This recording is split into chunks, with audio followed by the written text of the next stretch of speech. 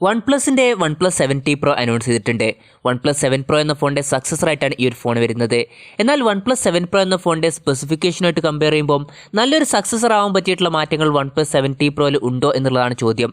അപ്പോൾ ഇന്ന് നമ്മൾ നോക്കാൻ പോകുന്നത് OnePlus 7T Proയുടെ വിശേഷങ്ങളാണ്.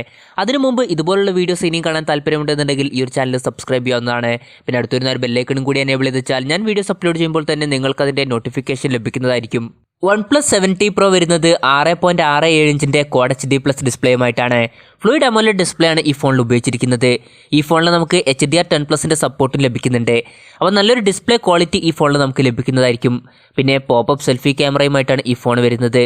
എടുത്തു പറയേണ്ട കാര്യമെന്ന് പറയുന്നത് ഈ ഫോണിൽ നമുക്ക് 90 ഹെർട്സിൻ്റെ റിഫ്രഷ് റേറ്റ് ആണ് ലഭിക്കുന്നത്. പിന്നെ ഫ്രണ്ടിൽ നമുക്ക് Gorilla Glass 6ൻ്റെ പ്രൊട്ടക്ഷൻ ലഭിക്കുന്നുണ്ട്. ഇൻ ഡിസ്പ്ലേ ഫിംഗർ പ്രിന്റ് സെൻസറുമായിട്ടാണ് ഈ ഫോൺ വരുന്നത്.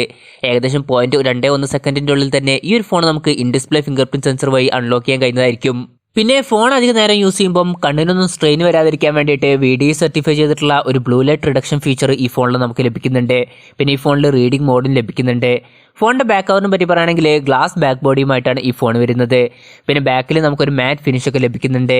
പിന്നെ ബാക്കിൽ നമുക്ക് Gorilla Glass 5ൻ്റെ പ്രൊട്ടക്ഷനും ലഭിക്കുന്നുണ്ട്. അപ്പോൾ OnePlus 7 Pro എന്ന ഫോണായിട്ട് കമ്പയർ ചെയ്യുമ്പോൾ ഏകദേശം അതേ ഒരു ഡിസൈനും അതേ ഒരു ഡിസ്പ്ലേയും തന്നെയാണ് OnePlus 7T Proയിലും വരുന്നത്. പിന്നെ മാറ്റം എന്ന് പറയാനുള്ളത് ഈ ഫോണുകളുടെ ബാക്ക് കവറിൻ്റെ കളറിലുള്ള വ്യത്യാസമാണ്. പിന്നെ പെർഫോമൻസിനെ പറ്റി പറയുകയാണെങ്കിൽ സ്നാപ്ഡ്രാഗൻ്റെ ഏറ്റവും ബെസ്റ്റ് ആയിട്ടുള്ള സ്നാപ്ഡ്രാഗൺ 855+ എന്നുള്ള പ്രോസസ്സറുമായിട്ടാണ് ഈ ഫോൺ വരുന്നത്. OnePlus 7 Pro എന്ന ഫോണിൽ നമുക്ക് സ്നാപ്ഡ്രാഗൺ 855 എന്ന പ്രോസസ്സറായിരുന്നു ലഭിച്ചിരുന്നത്. അപ്പം പ്രോസസ്സറിൻ്റെ കാര്യത്തിൽ നമുക്കൊരു അപ്ഗ്രേഡ് ലഭിക്കുന്നുണ്ട്. സ്നാപ്ഡ്രാഗൺ 855 എന്ന പ്രോസസ്സറിൻ്റെ ഒരു ഓവർക്ലോക്ക്ഡ് വെർഷനാണ് നമുക്ക് ഈ ഫോണിൽ ലഭിക്കുന്നത്. പിന്നെ ഈ ഫോണിൽ നമുക്ക് 8 GB റാമാണ് ലഭിക്കുന്നത്. 256 GB ഇൻറ്റേർണലും നമുക്ക് ലഭിക്കുന്നുണ്ട്. പിന്നെ മെക്ലാരൻ എഡിഷനിൽ നമുക്ക് 12 GB റാം ലഭിക്കുന്നുണ്ട്. പിന്നെ UFS 3.0 സ്റ്റോറേജ് ടൈപ്പുമായിട്ടാണ് ഈ ഫോൺ വരുന്നത്. അപ്പോൾ ഈ ഫോണിൽ നമുക്ക് നല്ലൊരു റീഡ് ആൻഡ് റൈറ്റ് സ്പീഡ് ലഭിക്കുന്നതായിരിക്കും. അപ്പോൾ ആപ്ലിക്കേഷൻസ് ഒക്കെ വളരെ ഫാസ്റ്റായിട്ട് തന്നെ നമുക്ക് ഓപ്പൺ ചെയ്യാൻ കഴിയുന്നതായിരിക്കും. ഈ ഫോണിൽ ഫിനാറ്റിക് മോഡ് എന്നുള്ള ഒരു ഗെയിമിംഗ് മോഡ് കൊടുത്തിട്ടുണ്ട്. പിന്നെ ഒന്നും കൂടി ബെറ്റർ ആയിട്ടുള്ള ഒരു ഹാപ്റ്റിക് വൈബ്രേഷൻ ഈ ഫോണിൽ നമുക്ക് ലഭിക്കുന്നതായിരിക്കും. പിന്നെ അധിക നേരം ഗെയിമൊക്കെ കളിക്കുമ്പം ഫോൺ ഹീറ്റ് ആവാതിരിക്കാൻ വേണ്ടിയിട്ട് ചില ഫീച്ചേഴ്സൊക്കെ ഈ ഫോണിൽ കൊടുത്തിട്ടുണ്ട്. ആദ്യം പറയേണ്ടത് വേപ്പർ ഫിൽഡ് കോപ്പർ ഹീറ്റ് പൈപ്പുമായിട്ടാണ് ഈ ഫോൺ വരുന്നത്. പിന്നെ ഈ ഫോണിൽ ടെർമൽ ജെല്ല് കൊടുത്തിട്ടുണ്ട്. പിന്നെ 10 ഹീറ്റ് ഡിസിപ്പേറ്റിംഗ് ഗ്രാഫൈറ്റ് ഷീറ്റുമായിട്ടാണ് ഈ ഫോൺ വരുന്നത്. അപ്പോൾ അധിക നേരം ഫോൺ യൂസ് ചെയ്യുമ്പം അധികം ഹീറ്റ് ആവുമെന്നുള്ള പേടിയൊന്നും വേണ്ട. Android 10 ബേസ് ചെയ്തിട്ടുള്ള ഓക്സിജൻ OS സോഫ്റ്റ്വെയറുമായിട്ടാണ് ഈ ഫോൺ വരുന്നത്. ക്യാമറയെ പറ്റി പറയുകയാണെങ്കിൽ OnePlus 7 Pro എന്ന ഫോണിൽ കണ്ടിട്ടുള്ള അതേ ഒരു ക്യാമറ സെറ്റപ്പ് തന്നെയാണ് OnePlus 7T Proയിൽ നമുക്ക് ലഭിക്കുന്നത്. പിന്നിൽ ഒരു ട്രിപ്പിൾ ക്യാമറ സെറ്റപ്പാണ് വരുന്നത്. 48 മെഗാ പിക്സലിൻ്റെ f1.6 അപ്പേഴ്സിൽ വരുന്ന ഒരു മെയിൻ സെൻസറാണ് വരുന്നത്. സോണി IMX586ൻ്റെ സെൻസറാണ് ഉപയോഗിച്ചിരിക്കുന്നത്.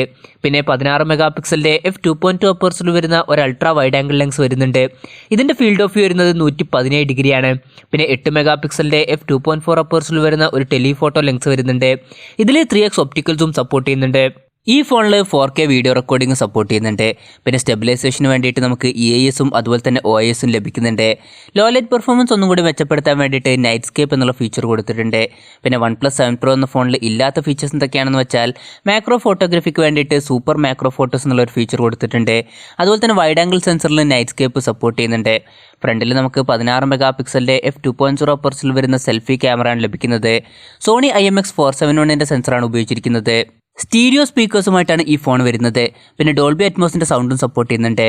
ബാറ്ററിയെ പറ്റി പറയുകയാണെങ്കിൽ 4055 mAh ബാറ്ററിയുമായിട്ടാണ് ഈ ഫോൺ വരുന്നത്. OnePlus 7 Proയിൽ നമുക്ക് 4000 mAh ബാറ്ററി ആയിരുന്നു ലഭിച്ചിരുന്നത്. പിന്നെ ഈ ഫോണിൽ നമുക്ക് 30 വാട്ടിൻ്റെ വ്രാപ്പ് ചാർജർ 30T ലഭിക്കുന്നുണ്ട്. OnePlus 7 Proയിൽ നമുക്ക് 30 വാട്ടിൻ്റെ ഫാസ്റ്റ് ചാർജർ ആയിരുന്നു ലഭിച്ചിരുന്നത്. പക്ഷേ കമ്പനി പറയുന്ന കാര്യം OnePlus 7 Proയേക്കാളും ഫാസ്റ്റായിട്ട് ഈ ഫോൺ ചാർജ് ചെയ്യാൻ കഴിയും എന്നുള്ളതാണ്. പിന്നെ Type C ചാർജിംഗ് പോർട്ടാണ് ഈ ഫോണിൽ കൊടുത്തിരിക്കുന്നത്. ഈ ഫോണിൻ്റെ വില വരുന്നത് 53,999 രൂപയാണ്. പിന്നെ 12 GB റാമുമായിട്ട് വരുന്ന മെക്ലാരൻ എഡിഷൻ്റെ വില വരുന്നത് 58,999 രൂപയുമാണ്. അപ്പോൾ ഓവറോൾ പറയുകയാണെന്നുണ്ടെങ്കിൽ OnePlus 7 Proയുമായിട്ട് കമ്പയർ ചെയ്യുമ്പം വലിയൊരു അപ്ഗ്രേഡ് ഒന്നും അല്ല OnePlus 7T Proയിൽ നമുക്ക് ലഭിക്കുന്നത്. കാര്യമായിട്ടുള്ള ഒരു അപ്ഗ്രേഡ് വരുന്നത് പ്രോസസ്സറിൻ്റെ കാര്യത്തിൽ മാത്രമാണ്. അപ്പോൾ എൻ്റെ ഒരു അഭിപ്രായത്തിൽ നിങ്ങൾ കുറേ ഹെവി ആയിട്ടുള്ള ഗെയിംസ് ഒന്നും കളിക്കുന്നില്ല, ജസ്റ്റ് ഹെവി ആയിട്ടുള്ള ഗെയിംസിൽ PUBG ഒക്കെ മാത്രമാണ് കളിക്കുന്നതെന്നുണ്ടെങ്കിൽ 6 GB റാം വെർഷൻ്റെ OnePlus 7 Pro എടുക്കുന്നത് നല്ലൊരു ഓപ്ഷൻ ആയിരിക്കും. കാരണം ആ ഒരു ഫോൺ നമുക്ക് 45,000 രൂപയ്ക്ക് ലഭിക്കുന്നതായിരിക്കും. പിന്നെ OnePlus 7T Proയിലുള്ള ഓൾമോസ്റ്റ് എല്ലാ ഫീച്ചേഴ്സും നമുക്ക് ആ ഒരു ഫോണിൽ ലഭിക്കുന്നുണ്ട്. പിന്നെ 9,000 രൂപ കുറവുമാണ്.